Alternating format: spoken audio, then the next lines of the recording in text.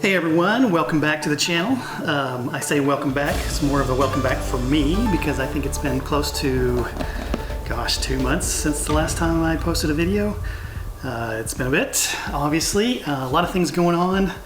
It's been a crazy couple of months, not just with COVID, but job situation, a lot of work there, and also got a new house. That's what you see in the background. Of course, the background's pretty blank right now. I haven't put anything on the wall, but it's a new townhome. I don't know if anybody is interested in seeing such a thing, but if you are, leave something in the comments and I'll do a little tour. I didn't move really far. I moved from the Burnaby area in British Columbia to Coquitlam, so much nicer. I was in an apartment in Burnaby. Love the apartment, but man, it was noisy and small, and this place is twice the size of the apartment, which is really nice. So hopefully I'll be able to set up a studio down in the garage if I don't want to freeze my butt off too much, but maybe I'll put a heater down there. But maybe I'll have a dedicated studio, which would be nice, so I'll be able to catch up on some videos that I've been meaning to post for quite some time. Shot some footage, but anyway. So this video is really about kind of a follow-up to my last video a couple months ago, for those of you who actually watched that. At the time I said that I was switching from Nikon to Nikon, which I know, clickbaity title, whatever. But I have switched, finally, traded in all my gear. Now I'm just gonna show the box. This is the Nikon Z7 II. I'm excited, super excited about, and I'm actually shooting on that right now. I traded in my Z6 and my D850 for this, along with these subset of lenses. Now I no longer have any f-mount lenses, so I've got the 14-30, which is an f4. I got this primarily for my landscape type photography, which is not really my main focus, but something I've been doing more of recently because, you know, COVID, a little harder to shoot portraits these days with the mask and all that fun stuff. So 14-30. So far I've only used this a couple times, so I'm not quite sure how well it's going to do, but it seems to be a pretty sweet lens. So I like that range, especially for landscapes. I had sold my 16-35 f4, gosh, about a little over a year ago, something along those lines. So it was time for a switch. But so I've got the 14-30 f4. I have got my new 85 f1.8. Now all these lenses, the new lenses for the most part, are pretty generic looking, and which some people have a big issue with. I don't really care. It's a tool for taking photographs, so I don't know why there's such a controversy about, oh, there's no pretty little gold line around the edge or anything like that, or if it's not white. Don't really care. What I do care about is the image quality, so I'm super excited about using this guy. It replaced my 85 f1.4, which I use, gosh, 95% of the time for all my portrait photography, corporate headshots, all that fun stuff.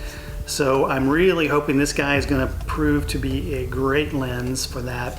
It's a little longer, obviously, than my my 1.4 was, but I think it's lighter. I don't know the grams to grams comparison, but I'll have to look that up and see.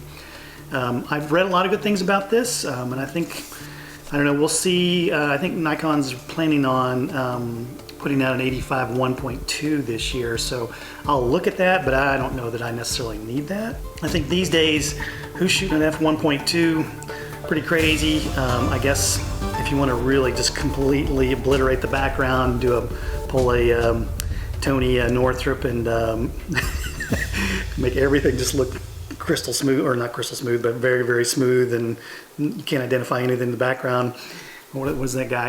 I can't think of his name right now, but anyway, he has a term for the bokeh that's in the background for Tony Northrup, but I don't watch much of their videos anymore, so it's kind of funny just to even talk about. And this is the one that I'm probably the most excited about, is the 70-200 f2.8. This lens is just, from what I've seen so far, and I have not used it hardly at all, because I just got a lot of these probably in the latter part of 2019, or excuse me, 2020. The evil 2020, I'm ready to just blur it out of my memory for many things. But this lens just seems phenomenal so far. I don't know if I've mentioned it in previous videos, I can't really remember, but it is a beautiful lens in my opinion. Super fast acquisition on the focus.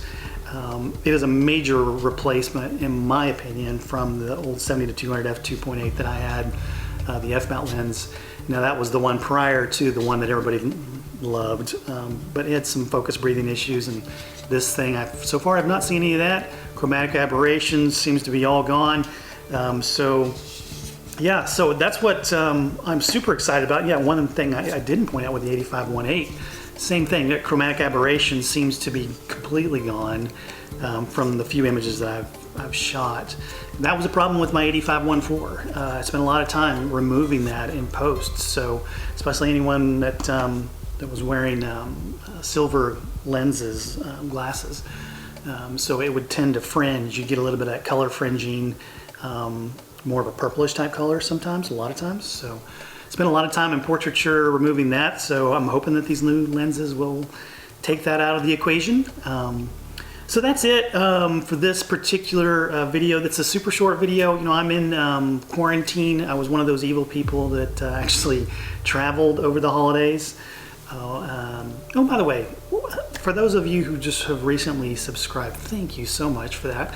I got, I think, more than 12 subscribers over the last month, which shocks me considering that I haven't really posted anything, but I am very, very appreciative of anyone who would, I don't know, it's not really a risk, but I guess take the time to subscribe to somebody who really doesn't have that many subscribers at this point. You never know where it's going to go.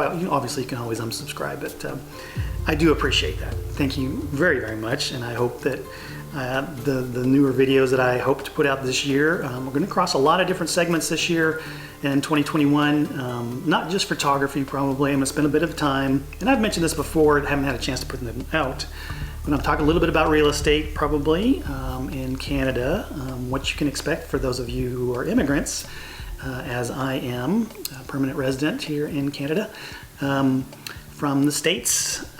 So for those of you who are interested in that type of thing, I plan on posting some videos on that.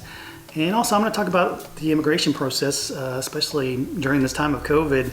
It's got a lot more complicated, obviously. Things have kind of been extended, but still going on. From what I understand, the Express Entry program I think is still going, but I'm not quite sure. I have to look into the details on it. I'm sure they're processing applications, but I don't know how easily they are letting people into the country. You know, since I mentioned that I traveled over the holidays, went to see my family back in the States, was very careful about being near anybody, wearing a mask the whole time, so I was very, very careful. Yeah, I know that the media, at least here in Canada, tends to label those who have traveled recently as kind of some kind of vagabond or something, but I don't really see it that way. I see, at least from what I saw, traveling in the airports, well, I say airports, I was only in a couple, but in San Francisco, in Denver, in Houston, where I went to see my family. The airport situation is such that everyone's wearing masks. Everyone's doing a pretty good job of social distancing, probably not as good as they probably could, especially in Denver, but that I traveled on New Year's Day on the way back. So now, like I said, I've been in quarantine for 8 days now. Have not left the house. I've been very, very cautious about that, considering that the border patrol people and everything, when I came back into the country, were very adamant about making sure that I quarantined and did not go outside the house for the 14-day period, and I'm being very cautious about that, and I am definitely staying inside. So, and I have no problem with that, by the way. I certainly have no problem with adhering to those policies, but apparently the fines are just exorbitant. So I certainly don't want to tempt that, and I certainly wouldn't want to tempt anybody getting COVID if I happen to have it, which so far I have not tested positive. So anyway, so that's where we're at. I want to wish everyone a happy 2021. Let's hope that we turn the corner and you know, we can kick this virus to the curb. The vaccine starts to be pushed out to everybody. I don't think that things are probably going to change probably until the latter part, or maybe the middle part of the year would be my guess, from a travel perspective. My daughter and I have plans to travel to Tokyo, to Japan, in April, but we made those last year. Gosh, booked the flights back in March or April of last year. and I hope that we can still go, but we'll have to see how that goes, especially with Canada starting to kind of lock down many different areas. I don't know if British Columbia is going to follow suit with like Ontario, but anyway, that's where we're at. We will continue to go from here. I hope to push out at least another 50 to 60 videos this year of different topics. And if you have anything that you'd really like to see, if you're interested, one of the reasons why you're watching me at this point, maybe I haven't spent enough time in certain areas, please feel free to put something in the comments, post something in the comments, and let me know what you're interested in hearing about. If it's immigration, if it's real estate, if it's finances here in Canada as opposed to the US, if job opportunities. I'm sure some people are probably interested in those types of things. So I'd love to hear from you. So I will talk to you soon. Bye.